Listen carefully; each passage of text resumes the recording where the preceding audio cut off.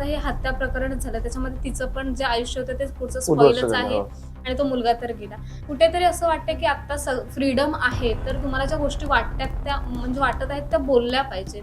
अगदी जसा टोकाचा निर्णय घेऊन दुसऱ्याच्या जीवावर बेतणं ही फार चुकीची गोष्ट आहे. खरंच मुली आणि मुलं दोघं पण हे त्यांच्या जो पार्टनर आहे, त्यांचा होणारा नवरा असेल, त्याला खरं सांगताय का माझ्या पास्टमध्ये असं असं होतं? मग जर एवढेच सगळे ओपन माइंडेड आहे, तर हे पेरेंट्सला पण सांगतायत का? नाही, पण खरं सांगून समोरचा ऍक्सेप्ट करेल का, ही पण तर भीती असते. पण मग त्याला मारून टाकणे हे पण तर हे बरोबर नाही बरोबर ना. आहे. नात्यांमध्ये स्थिरता नाही आहे. जर तुम्हाला एखादी व्यक्ती आवडत नसेल तर तुम्ही बसून बोलून ते तुम्ही सांगू शकता की आपलं नातं नाही टिकू शकत पुढे, आपण थांबलं पाहिजे आणि दोघांनीही पुढे गेलं पाहिजे. तिने आणि त्या मुलांनी मिळून त्याला ढकललं वगैरे असं सगळं आपल्या लोकांकडून कळतंय. आपल्याला नाही माहिती की सत्य काय. मग आपण सध्या कोणत्याच गोष्टीवर विश्वास ठेवू नाही शकत डोळे बंद करून, आणि नाही आपण ट्रस्ट करू शकत की हा जो बोलतोय ते खरे, किंवा हे चॅनल जे बोलतोय ते खरे, किंवा हे जे बोलतोय ते खरं. आपण कोणावरती ब्लाइंडली ट्रस्ट नाही करू शकत, आणि आपण तेवढ्या डिटेलवरती या गोष्टीवरती नाही जाऊ शकत जोपर्यंत आपल्याला पण एक क्लॅरिटी नाही भेटत त्या विषयाबद्दल. हॅलो, मी अमोल. सध्या आपण मॅक्स महाराष्ट्राच्या न्यूज रूम मध्ये आहोत आणि हा आमचा कट्टा आहे. आम्ही नेहमी ट्रेंडिंग टॉपिकवरती बोलतो. सध्या सोशल मीडियावरती एक खूप व्हायरल झालेली न्यूज आहे, ती म्हणजे पुण्यातलं ते हत्याकांड प्रकरण. सिया गोयल नावाच्या एका मुलीने तिच्या फियॉन्सीची हत्या केल्याची घटना घडली आहे आणि सर्वत्र चर्चा रंगलेल्या आहेत आणि अनेक घटना यापूर्वी पण घडल्या होत्या. तर त्याविषयी आपण बोलणारच आहोत. पण नेमकं प्रकरण काय, नेमकं ह्या सगळ्या युवकांना काय वाटतं, आणि ह्यातले काही जण लग्नाच्या तयारीत सुद्धा आहेत. तर मला वाटतं सगळ्यात आधी ह्याच्याकडे जाऊयात आपण. कधी प्रेम केलंयस? हो, केलंय. हे सोडून गेली, सोडून गेली. धोका दिला म्हणजे तिने. हो. पण हे योग्य वेळी कळतं ना की हिच्याशी लग्न नाही करायचं, म्हणजे ही गेली तर गेली. हा, आपण म्हणजे एखाद्याला अडवू नाही शकत. बरोबर आहे. जबरदस्ती नाही करू शकत. जर समोरून नकार असेल तर तो तर नकार मग स्वीकारला पाहिजे. हे आता ह्या प्रकरणात काय दिसतंय? ह्या प्रकरणात हे असेल की तिची मुलगी आहे सिया गोयल, तिने तिच्या आईवडिलांना सांगितलं असेल असं वाटतं तुला, किंवा तिचा जो फियॉन्सी आहे तुला माहिती असेल? म्हणजे या प्रकरणामध्ये बघा की तुम्ही दोघांकडून अशी स्थिरता नाही आहे नात्यांमध्ये. म्हणजे सध्या बघायला गेलं तर नात्यांमध्ये स्थिरता नाही आहे. जर तुम्हाला एखादी व्यक्ती आवडत नसेल तर तुम्ही बसून बोलून ते तुम्ही सांगू शकता की आपलं नातं नाही टिकू शकत पुढे, आपण थांबलं पाहिजे आणि दोघांनीही पुढे गेलं पाहिजे. मला तर हेच वाटतंय की आता जसा पूर्वीचा जमाना होता की अरेंज मॅरेज प्रथा होती, आता तर जमाना पुढे गेलाय. ज्यांचं अफेअर आहे किंवा ज्यांचे प्रेम संबंध आहेत किंवा कोणाला नाही लग्न करायचंय ते त्यांच्या पेरेंट्सला सहजली सांगून जातात. एवढं वोकल सगळेजण आहेत, त्यांचे पेरेंट्स आहेत किंवा आजकालची मुलं आहेत. तर मला फक्त हेच वाटतं की जे काही हे प्रकरण झाले तेच असं नाही, पण त्या रिलेटेड जी काही प्रकरणं होत आहेत तर विश्वासात घेऊन ती जर तिच्या पेरेंट्सना सांगू शकत नव्हती तर तिने त्या मुलाला सांगायला पाहिजे होतं. कारण एखाद्याचा असं न सांगता खून करणं किंवा असं आता हे हत्या प्रकरणच झालं, त्याच्यामध्ये तिचं पण जे आयुष्य होतं ते पुढचं स्पॉइलच आहे आणि तो मुलगा तर गेला. तर कुठेतरी असं वाटतं की आता फ्रीडम आहे, तर तुम्हाला ज्या गोष्टी वाटतात त्या म्हणजे वाटत आहेत त्या बोलल्या पाहिजेत. कारण अगदी जसा टोकाचा निर्णय घेऊन दुसऱ्याच्या जीवावर बेतणं ही फार चुकीची गोष्ट आहे असं मला वाटतं. हे प्री वेडिंग साठी गेले की प्री प्लॅनिंगच चालू होतं? जर सांगायचंच होतं तर त्याला आधीच सांगितलं असतं. आणि कदाचित मुलं तेवढे समजदार असतात. आता आशुतोष आपल्यासोबत तेवढा समजदार मला दिसतोय. रिजेक्शन मिळालेत आयुष्यामध्ये भरपूर रिजेक्शन मिळाले. रिलेशन मिळालेत, पण मला एक समजत नाहीये की खरंच मुली किंवा कोणताही मुलगा असो हा घरी सांगतोय किंवा तिच्या प्रेयसी किंवा प्रियकराला सांगतोय का की मला तुझ्यासोबत नाही राहायचंय, का ह्या मुली किंवा मुलं फक्त फिरवायचे कामं करतायत. एक बाहेर असतो त्यांचा दुसरीकडं, बाकी त्यांची म्हणजे ज्याच्यासोबत लग्न करायचंय तो वेगळा, बाहेरचा एक असतो तो वेगळा. मुली खरंच मुलांना क्लिअर कट सांगतायत का ह्या सगळ्या गोष्टी? अगर त्या खरंच या गोष्टी सांगत असतात तर हे झालं नसतं. आज दिल्लीला पण हे प्रकरण एकदा झालेलं आहे. भरपूर असे प्रकरण बाहेर आलेले आहेत. त्याच्यानंतर तो ड्रमवाला किस्सा, ब्ल्यू ड्रम, ते पण एक प्रकरण होतं. मग तुमचं जर त्या मुलावर प्रेमच नाही तर तुम्ही लग्न का करताय किंवा त्या मुलाला स्वप्न का दाखवताय? बरोबर. त्याला स्वप्न दाखवू नका ना. मग तुम्हाला त्याच्यासोबत नाही राहायचंय, तुम्ही स्पष्ट भाषेत त्याला सांगून द्या, बाबा मला तुझ्यासोबत नाही राहायचं, मला तुझ्यासोबत फ्युचर नाही आहे.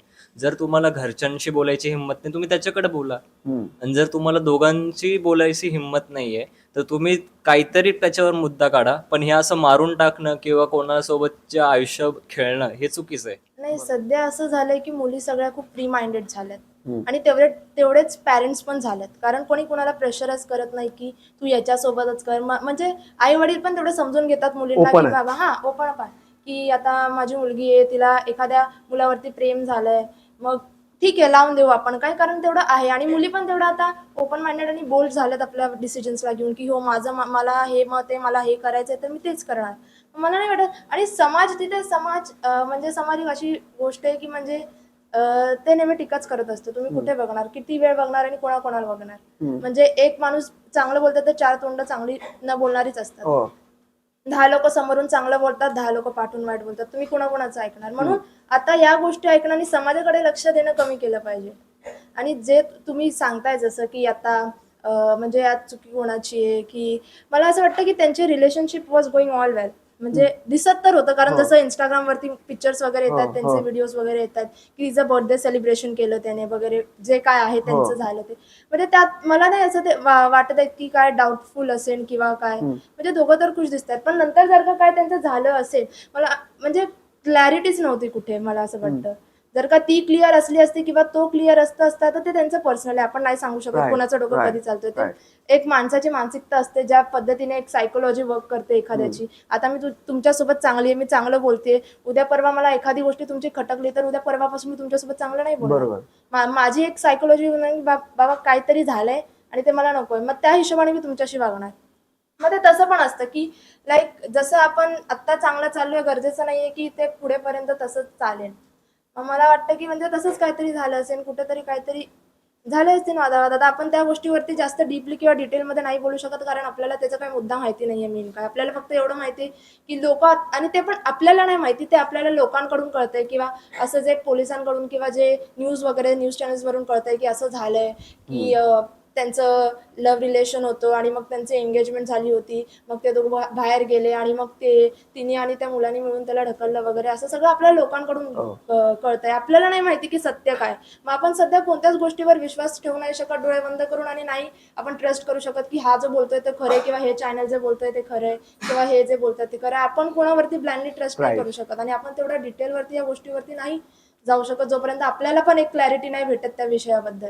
जेव्हा आपल्याला एक भेटेन, कळेल की बाबा हो हे खरंच असं झालं होतं, दोघांचे हे मतभेद झाले होते म्हणून तिसरा या आला मध्ये, किंवा या दोघांचं आधीपासून चालू होतं आणि यांचा काय प्लॅन होता, जोपर्यंत ते समोर नाही तोपर्यंत आपण या विषयावर फार नाही बोलू शकत. चेतन सियाचा बॉयफ्रेंड जो होता त्यांनी केतनला मारण्याचा हे जे प्लॅनिंग चालू होतं हे गेले अनेक महिन्यांपासून चालू होतं. ते फोनवरती बोलायचे, हे प्लॅनिंग आता कुठेतरी इन्व्हेस्टिगेशन मधून कळत आहे की मोबाईल कॉल्स वगैरे हे सगळं प्लॅनिंग चालू होतं.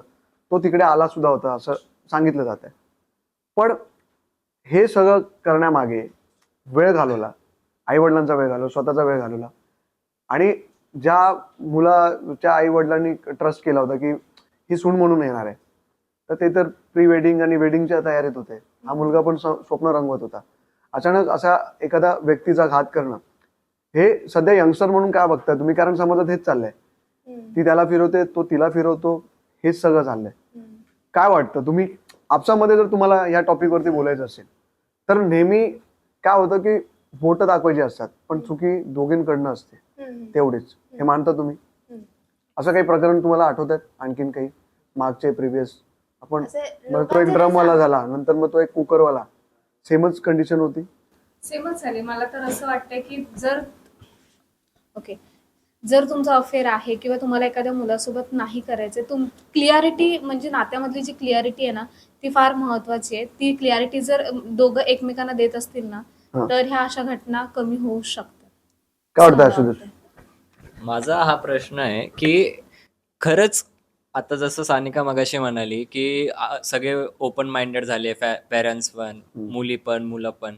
तर खरंच मुली आणि मुलं दोघं पण हे त्यांच्या जो पार्टनर आहे किंवा त्यांचा होणारा नवरा असेल त्याला खरं सांगताय का माझ्या पास्टमध्ये असं असं होतं, किंवा जर एवढंच सगळे ओपन माइंडेड आहे तर हे पेरेंट्सला पण सांगतायत का? नाही, पण खरं समोरचा ऍक्सेप्ट करेल का, हे पण तर भीती असते. पण मग त्याला मारून टाकणे हे पण तर ते बरोबर नाही बरोबर ना. आहे, ते तर नाहीच केलं पाहिजे, पण ही भीती असते. राईट, समाज आहे ना त्याच्यामध्ये, समाज येतोच की. पण मला एक गोष्ट सांगा, जेव्हा तुम्ही प्रेम केलं होतं तेव्हा तुम्ही समाजाचा विचार केला होता का? त्यासोबत फिरताना तुम्ही समाजाचा विचार केला होता का? त्यासोबत फोटो काढताना किंवा सोशल मीडियाला टाकताना कुठेतरी तुम्ही समाजाचा विचार केला होता का? बरोबर. मग लग्न करायच्या वेळेस लव्ह मॅरेज, त्याच्यानंतर आधार कास्ट, हे सगळं करताना तुम्ही समाजाचा विचार का करता? बरोबर. दोघांकडनं क्लॅरिटी असणं खूप गरजेचं आहे. आणि जर तुम्ही समाजाचा विचार करतायत ना, तर तुम्ही प्रेम करू नका. माझा हा मुद्दा आहे सगळ्यांना. हम्म. म्हणजे का मग प्रेम का करताय? तुम्हाला जर इन फ्युचर तुम्हाला त्यासोबत राहायचं नाहीये किंवा तुम्हाला समाजाचा विचार करायचा किंवा आई वडिलांचा विचार करायचा, मग तुम्ही आधीच करायला पाहिजे होतं ना. मग कशाला त्याला आश्वासनं द्यायची खोटी की मी तुझ्यासोबत लग्न करेल, मी तुझ्यासोबत राहील. जर त्या मुलाला त्यांनी क्लिअर कट सांगितलं असतं, जेव्हा लग्नाची बोलणी होते 6 महिन्याच्या नंतर ह्या सगळ्या गोष्टी, त्याचं 15 दिवसानंतर तिने नंबर एक्सचेंज होतात आजकाल. एक साधा भेटून 2 शब्द तिने सांगितले असते की त्या माझा मुलाला बाहेर भेटवलं असतं हा, की बाबा माझा की हा हा माझा बॉयफ्रेंड आहे, माझा याच्यासोबत असा असा अफेअर चालू आहे, तर माझ्यासाठी तू एक छोटीशी एवढी हेल्प कर. त्या मुलाने थोडं हेल्प नाही, तू माघार घे, हा माघार घे किंवा तुला एक मी help कर. शोधते चांगली मुलगी माझ्यासारखी. राईट, हा काही सोल्युशन होऊ होता. शकतं. तो पैसेवाला होता, सगळं होतं, तरी पण घात झाला. सन्मान, तुझ्या नावाप्रमाणे कधी आयुष्यात असा सन्मान मिळालाय तुला मुलींकडनं की सन्मान बाबा, मिळालाय पण की बाबा जा तू आता आयुष्यातून? हा म्हणजे माघार तर घेतलीच मी. तू घेतली हो, मी घेतले. मी पण घेतले, समोरच्या व्यक्तीने पण घेतले. सहमतीने? हो, सहमतीने. का आपण असले प्रकरण का होतात? काय अपेक्षा असतात लोकांचे? म्हणजे काय मुलींना म्हणजे एकतर अंबानीसारखा रिच पर्सन लागतो असं म्हटलं जातं, त्याच्यानंतर दिसायला सलमान खान सारखा पाहिजे. ठीक आहे, हे फक्त मुलींच्या बाबतीत नाहीये, मुलांना पण ऐश्वर्या पाहिजे आणि मग त्याला दुसरा ऑप्शन म्हणून काय. तर हे का, म्हणजे सगळ्या गोष्टी जुळल्या पाहिजे. तुमचं म्हणजे व्यवहारामध्ये तुम्ही एकत्र असलं पाहिजे, विचारांमध्ये तुम्ही एकत्र असलं पाहिजे. नुसतं समोरची व्यक्ती चांगली दिसते आहे किंवा समोरचा तो व्यक्ती चांगला दिसतोय म्हणून नसलं पाहिजे किंवा तो जास्त कमावता आहे म्हणून तो चांगलाच असेल असं नसतं. दुसरी व्यक्ती म्हणजे जो समोरचा दुसरा जर व्यक्ती थोडेफार कमवत असेल, त्याचे सद्गुण चांगले असतील, तर तो सुद्धा व्यक्ती चांगला कमवू नातं शकतो टिकू पुढे. शकतो. हा, नातं टिकू शकतो किंवा पुढे ग्रोथ करू शकतो. आता मी लोकांचं काय सांगू नाही शकत, कोणाचे काय विचार असतील. आता सगळ्यांचे वेगवेगळे विचार असतात आपापल्या व्यक्तीला घेऊन, ज्याच्यावरती आपण प्रेम करतो. आता तुम्ही असाल तर तुम्ही एखाद्या अशा मुलीवर प्रेम करतात, तिचं मन तुम्हाला आवडत असेल की ती खूप हॅपी राहते, तिचा स्वभाव खूप चांगला आहे म्हणून ती मला आवडते. कोणाला आवडत असेल ती खूप सुंदर दिसते. मग ते प्रत्येकाच्या ह्याच्यावर असते की मग ह्या केसमध्ये पण असं दिसतंय काय. की वन साइड असेल. वन साइडेड असेल तर मग मुलाला कशाला ढकलणार ना. वन साइड असेल तर ती पोरगीच बाजूला होऊन जाईल, ती कशाला ते ह्याच्यामध्ये. किंवा One side one-sided म्हणजे? असेल, माहितीये ते मुलाला आवडत असेल तर बरोबर, मग तो मुलगाच बाजूला होईल ना. तर त्याला जर का कळतंय की ती खुश आहे, आता एखादा तुम्ही आहात, तुमचं एखाद्या मुलीवर कधी प्रेम झालं असेल, ठीक आहे, आणि तिचं आता दुसऱ्या कोणासोबत तरी लग्न झालं, तुम्ही तिला बघता, तुम्हाला असं वाटतं की यार आता मी हिचं लग्न तोडतो आणि मी त्या मुलाच्या जागी जातो. नाही, तुम्ही खुश आहात की बाबा चल बाई, ती सुखात आहे, तिचं ती हे करेल आणि मी माझं एखादं बघून मी माझ्या लाईफ मध्ये बिझी होईल. मग ते तसं असतं की वन साइडेड तसं असेल, बाई आहे तुझं तू कर, तुझं तू बघ, आपण आपल्या जागी खुश आहोत. मग ते म्हणजे तसं तू असतं. खुश तर मी खुश, हा. बरोबर. वन नाही, साइड एवढं मध्ये, नाही. वन साइड म्हणजे- मध्ये तू खुश तर मी खुश, नाही, तुला एवढे नाही लिबर्टी द्यायची की तू खुश तर मी खुश. ते एकदा शिव्या घालायचे आणि मग ते नंतर जे ते सोडून टाकायचं. जब बी मेट वाली करीना कपूर बनायचं, हा, एकदा फोन शिव्या करायचा आणि घालायच्या विषय मग संपवायचा, संपवून टाकायचं. फोटो जाळून टाकायचे. आता फोटो जायचे ना, डिलीट फोटो करता बिटो मी येतात, कधी ठेवल्या नव्हत्या. डिलीट करता येतात. ठीक आहे, तुझा काय पॉइंट ऑफ व्ह्यू आहे या गोष्टींवरती? आई वडिलांचा प्रेशर असतो?